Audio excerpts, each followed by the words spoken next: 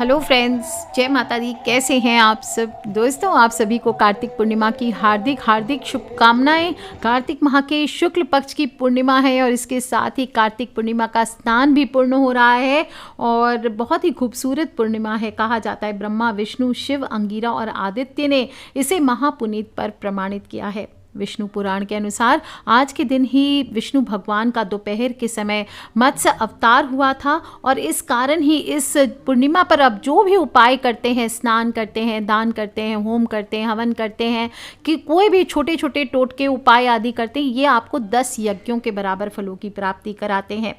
विशेष रूप से जो लोग भी तीर्थ स्थलों पर इस दिन स्नान करके दीप दान करते हैं उनके लिए तो बहुत ही चमत्कारी होता है। और वास्तव में कहा गया है कि कार्तिक माह की जो पूर्णिमा होती है मनुष्य के अंदर छुपी हुई बुराइयों को, नेगेटिविटी को, अहंकार को, काम, क्रोध, लोभ, मोह जैसे जो भी हमारी तामसी बुराइयां होती हैं इन सभी को दूर करने में सहायक होती है और हमारे जीवन में पॉजिटिविटी, प्रसन्नता और पवित्रता लेकर के आती है। इस दिन कृतिका पर चंद्रमा और विशाखा पर सूर्य हो तो पद्मक योग होता है। पुष्कर में भी दुर्लभ है ये कहा जाता है और इस दिन महाकार्तिकी मानी जाती है। अगर कृतिका नक्षत्र हो, जो कि इस बार है महाकार्तिकी योग में मन रही है कार्तिक पूर्णिमा, भरणी हो तो विशेष फल देती है और रोहिणी हो तो इसका महत्व और भी बढ़ता है। और इस दिन सभी लोग व्रत पूर्ण करके सरोवरों आदि में स्नान आदि करते हैं, मंदिरों में पूजा पाठ करते हैं। जो लोग भी पंजाबी हैं, गुरुद्वारे जाते हैं, वो गुरुद्वारों में शब्द कीर्तन आदि करते हैं और फिर कहा जाता है दान करते हैं। इस दिन यमुना जी में स्नान करना, गढ़गंगा, हरिद्वार, कुरुक्षेत्र, पुष्कर आदि कोई भी तीर्थ में आप स्नान करते हैं तो ये बहुत बहुत फलदायी होता है। और स्नान करने के बाद उगते हुए सूर्य को अर्घ्य देना अपने आप में कई पापों से मुक्ति दिलाता है। इसके अलावा कार्तिक पूर्णिमा का दिन है तो इस दिन आपको दीप दान कुछ 8 जगहों पर जरूर करना चाहिए। और कहा जाता है सत्यनारायण भगवान की कथा करिए, तुलसी सहस्त्र नाम का पाठ कीजिए, तुलसी नामाष्टक का पाठ कीजिए, लक्ष्मी सहस्त्र नाम का पाठ कीजिए, आप विष्णु सहस्त्र नाम का पाठ कीजिए, नारायण कवच का पाठ कीजिए, लक्ष्मी माँ के स्तोत्र, और पिछले वीडियो में मैंने लक्ष्मी स्तुति बताई है, उसका पाठ करने से, सुनने मात्र से आपको कई गुना फलों की प्राप्ति होती है। इस दिन को देवों की दिवाली भी कही गई है। पौराणिक कथाओं के अनुसार एक बार जब त्रिपुरासुर राक्षस ने अपने आतंक से पूरी धरती और स्वर्ग लोक में सभी को परेशान कर दिया था, देवता और ऋषि मुनि भी उसके आतंक से त्रस्त हो गए थे, तो उससे परेशान होकर सभी देवगण उस राक्षस का अंत करने के लिए भगवान शिव से सहायता मांगने गए। भगवान शिव ने त्रिपुरासुर राक्षस का वध कर दिया, जिससे देवलोक में सभी देवता प्रसन्न हुए और भोलेनाथ की नगरी काशी पहुंचे। खुशी में सभी देवताओं ने काशी नगरी में दीपक जलाकर खुशियां मनाई और तभी से कार्तिक पूर्णिमा के दिन देव दिवाली मनाई जाती है और दीपदान का विशेष महत्व आता है।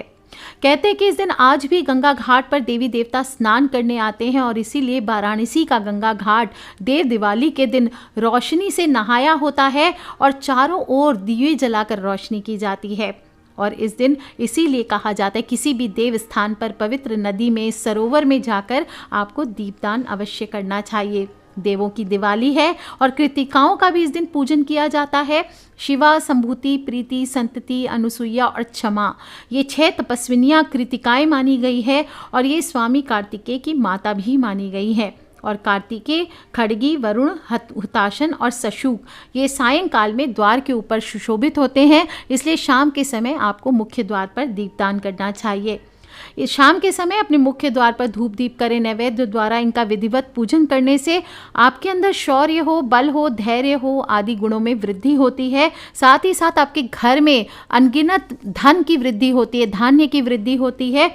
और कहा जाता है शाम के समय आपको त्रिपुरोत्सव जरूर मनाना चाहिए।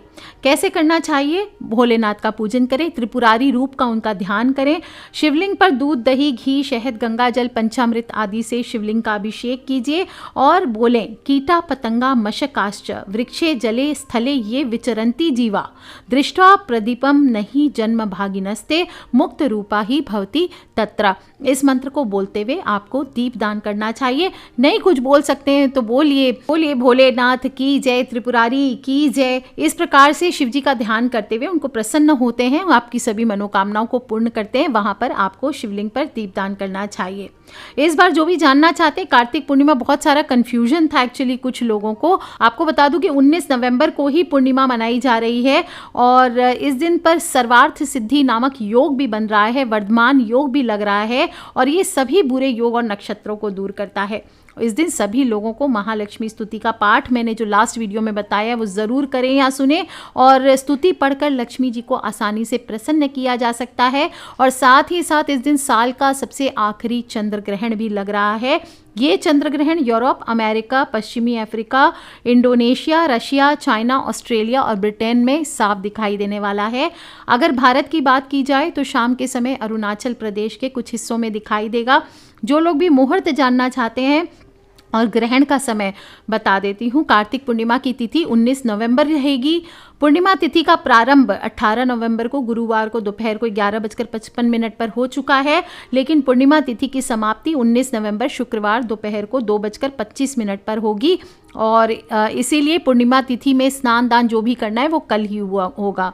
और भारतीय समय के अनुसार ग्रहण जो लोग भी शुरू बता रही हूँ तो सुबह 11:34 पर ग्रहण शुरू होगा और इसका समापन आपको शाम को 5:33 पर होने वाला है। काफ़ी लंबे समय तक रहेगा, ऑलमोस्ट 6 घंटा यानी 5 घंटे 59 मिनट लंबा ग्रहण है। तो जो भी अरुणाचल प्रदेश या ईस्ट साइड के जो भी गर्भवती स्त्रियां हैं वो सभी ध्यान रखें, इस दौरान आप बाहर ना जाएं, कोई भी प्रकार की आप मून की जो रेज है वो अपने बच्चे पर ना पड़ने दें, घर के अंदर बने रहें। एक नारियल ले लीजिए गोद में।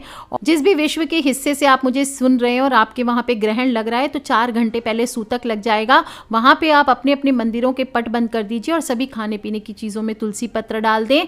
और गर्भवती महिलाएं जो है विशेष रूप से ध्यान रखें, अपना बिल्कुल भी घर के बाहर ना निकले। एक नारियल रख लीजिए अपने पास और फिर बाद में उसको आपको फेंक देना है, कहीं पर भी फेंक देना है आपको। हालांकि भारत में ये ग्रहण खंड ग्रास होगा, फिर भी काफ़ी देर तक लगने वाला है, इसलिए सभी लोग सावधानी रखें। सभी राशियों पर क्या असर पड़ने वाला है इस ग्रहण का ये मैं आपको बता दूंगी आगे आने वाले वीडियो में। और ध्यान रखना है कि बहुत सारे राशियां जो हैं, मेष राशि है, वृषभ राशि है, सिंह राशि है, वृश्चिक राशि है, इनके लिए थोड़ी परेशानी वाला समय है, तो बहुत बहुत सावधानी रखें। कुछ लोग बहुत स्ट्रॉन्ग बुरा फीलिंग आ सकता है, तो ज़्यादा से ज़्यादा आप ओम चंद्रमसे नमः, ओम चंद्रमसे नमः, ओम चंद्रमसे नमः इस तरह से आप जप करते रहें या फिर ओम नमः शिवाय का लगातार जप करते रहें। यह आपके लिए अच्छा रहने वाला है। कार्तिक पूर्णिमा के दिन आपको सुबह जल्दी उठ करके ब्रह्म मुहूर्त में स्नान करना चाहिए, पवित्र नदियों में स्नान करें। और अगर नहीं स्नान कर सकते पवित्र नदियों में तो आप गंगा जल मिलाकर घर में स्नान कर लीजिए या हल्दी का जल से स्नान कर लीजिए। घर के मुख्य द्वार की सफाई करें, हल्दी के जल का छिड़काव करें और मुख्य गेट पर आपको इस दिन तोरण जरूर लगाना चाहिए। जैसे दिवाली वाले दिन अगर आपने आम के पत्तों का तोरण लगाया था तो इस दिन भी आपको जरूर लगाना चाहिए। चाहे तो फूलों आदि से सजा लीजिए मुख्य द्वार को और रंगोली आदि बनाइए, और संभव हो तो इस दिन व्रत रखना हो तो व्रत रख सकते हैं, फलाहार का व्रत रख सकते हैं या फिर श्री सत्यनारायण भगवान की कथा सुन करके इसके बाद आप एक समय सात्विक भोजन करें और लक्ष्मी नारायण को देसी घी का दीपक जलाकर विधि विधान से पूजा करनी चाहिए। इस दिन आप विष्णु भगवान के साथ साथ माता लक्ष्मी की पूजा करते हैं तो उससे माता लक्ष्मी भी प्रसन्न होती है, घर में धन धान्य बना रहता है, देवी देवताओं का आशीर्वाद मिलता है। और रात को जब चंद्रमा उग जाए तो माता लक्ष्मी के मंत्रों का जप करके आप चंद्रमा को और माता लक्ष्मी को खीर का भोग अवश्य लगाइए, श्री नारायण लक्ष्मी नारायण को भोग लगाइए और आरती करके तुलसी जी में घी का दिया जरूर जलाना चाहिए। घर के चारों तरफ जैसे दिवाली के दिन दियों से घर को रोशन करते हैं, इसी प्रकार इस दिन घर को रोशन किया जाता है दिवाली के दियों से। पुराने दिए आप यूज़ करके उसी में तेल डाल के बाती लगा करके उससे रोशन कर लीजिए। और विशेष रूप से कुछ करें ना करें, घर के 8 स्थान हैं जहाँ पर इस दिन आपको दिए ज़रूर जलाने चाहिए। सबसे पहला दिया घर में पूजा स्थल पर माता लक्ष्मी के सामने, विष्णु भगवान हो तो उनके सामने, और दूसरा इस दिन शिव जी के सामने, भोलेनाथ के सामने। कोई भी शिवलिंग आदि हो घर में या किसी मंदिर में, जहाँ भी शिवलिंग हो वहाँ पे त्रिपुरारी पूर्णिमा है तो एक दिया आपको शिव जी के सामने ज़रूर जलाना चाहिए। तीसरा दिया घर की चौखट पर, दोनों साइड जलाएं तो बहुत अच्छी बात है, नहीं तो दाहिने साइड तो आपको एक दिया रखना ही चाहिए। और चौथा दिया आपको घर के आंगन में तुलसी माँ के सामने रखना है। पांचवा दिया अपने घर की छत पर या बालकनी में रखना है। छठा दिया आपको रसोई घर में रात को सोने से पहले ये दीपक आपको जलाना है। सातवां दिया आपको घर में दक्षिण दिशा में जलाना है। ध्यान रखें ये दिया लंबी बाती का होना चाहिए, जिसकी बाती की दिशा दक्षिण दिशा की होनी चाहिए। ये यम का दिया कहलाता है, ये आपको ज़रूर जलाना है। यम का दिया कह सकते हैं, पितृ के नाम का दिया कह सकते हैं इसको आप। आठवां दिया आपको गंगा जी के घाट पे, जमुना जी के घाट पे या किसी भी नदी, सरोवर, पोखर, तालाब कोई भी हो या कुआं हो या कुछ ना हो तो अपने घर में जो जल का स्थान है, पेंडा जिसे कहते हैं, वहाँ पर आप ये दीपक जला सकते हैं। ध्यान रखना है जो भी दिया आप जलाएंगे वो तेल का हो सकता है, घी का हो सकता है, जो आपकी इच्छा हो उसका जलाइए। और इस प्रकार से इन 8 जगहों पर आपको दीपदान ज़रूर करना चाहिए। एक आखिरी दीपक आपको, अगर कोई आपके घर के आसपास मंदिर हो, चौराहा हो या कोई भी धार्मिक स्थल हो, बड़ा स्थान हो जहां आपको लगता है यहाँ पर, या कोई गुरु महात्मा का प्लेस हो जिनको आप मानते हैं, तो ये दीपक आप वहाँ जला सकते हैं। और ध्यान रखना चाहिए इससे एक तो माता लक्ष्मी प्रसन्न होती है, आपके पितर प्रसन्न होते हैं कार्तिक पूर्णिमा के दिन। और सभी को कार्तिक पूर्णिमा पर जो लोग भी लक्ष्मी पूजन कर रहे हैं उनको अगर हो सके तो एक छोटा सा हवन आपको ज़रूर करना चाहिए। गुड़ और काले तिल, घी, ये 3 चीज़ मिला करके इस दिन हवन किया जाता है। ओम महालक्ष्मी नमः, ओम महालक्ष्मी नमः, ओम महालक्ष्मी नमः, इस प्रकार से बोलते हुए आप हवन कीजिए। और इसके बाद हवन पूर्ण होने के बाद किसी ज़रूरतमंद को, किसी भी गरीब को आपको भोजन ज़रूर कराना चाहिए। महालक्ष्मी स्तुति का पाठ ज़रूर करें, ये सभी मनोकामनाओं की पूर्ति करता है और ये स्तुति पढ़कर लक्ष्मी जी को आप आसानी से प्राप्त कर सकते हैं। तुलसी माँ पर कहीं भी दीपक जलाएं ना जलाएं, एक पूजा स्थल पर एक तुलसी माँ के सामने आपको इस दिन दीपक जला करके विधिवत पूजन ज़रूर करना चाहिए। अगर पीपल का वृक्ष है कहीं आसपास तो वहाँ पर भी आपको दूध और शहद मिलाकर आज के दिन पीपल पर अर्घ देना चाहिए और फिर एक घी का दिया जलाना चाहिए। कहा जाता है पीपल के पेड़ पर माता लक्ष्मी का वास होता है और दीपक जलाने से पुण्य की प्राप्ति होती है। घर में सुख समृद्धि बनी रहती है, शांति बनी रहती है। कार्तिक पूर्णिमा का दिन है, धर्म, अर्थ, काम और मोक्ष जैसे चारों पुरुषार्थों को देने वाला दिन है। स्वयं विष्णु भगवान ने ब्रह्मा जी ने नारद जी को और नारद जी ने महाराज पृथु को कार्तिक माह के दिन सर्वगुण संपन्न महात्म्य के रूप में बताया है। कार्तिक पूर्णिमा के दिन गौ माता को भी थोड़ा सा भोजन जरूर कराना चाहिए। गौ माता का जो लोग गौदान कर सकते हैं वो गौदान कीजिए, नहीं तो गाय को आप दूध, केला, खजूर, अमरूद, चावल, तिल, आमले, ये चीज़ें आप गौ माता को खिलाइए या इनका दान कीजिए किसी भी ज़रूरतमंद को, ये भी सर्वश्रेष्ठ होता है। इस दिन आपकी जो भी घर की स्त्रियां हैं, बहन हो, भुआ हो, कुछ ब्राह्मण हो, किसी को भी आपको श्रद्धा के अनुसार वस्त्र और दक्षिणा ज़रूर देने चाहिए। और साथ ही साथ सात्विकता, इतनी सारी सात्विकता से आप पूजा कर रहे हैं तो कुछ छोटी छोटी जो गलतियां होती है वो आपको ध्यान रखना चाहिए, नहीं करना चाहिए। इस दिन आपको दाढ़ी, मूछ, बाल बनाना, हेयर कटिंग कराना, ये सभी चीज़ें नहीं करना चाहिए।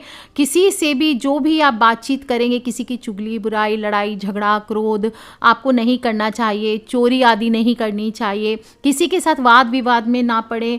और इस दिन भोजन का विशेष रूप से ध्यान करें। जो लोग भी व्रत करना चाहते हैं आप एक समय सात्विक भोजन कर सकते हैं, फलाहार का कोई नियम नहीं है, आप चाहे तो फलाहार करके कर लीजिए और नहीं तो कम से कम आप जो भी भोजन करेंगे पूरे दिन उसमें सात्विकता का ध्यान रखें। प्याज, लहसुन, मांस, मदिरा आदि का सेवन किसी भी रूप में नहीं करना चाहिए।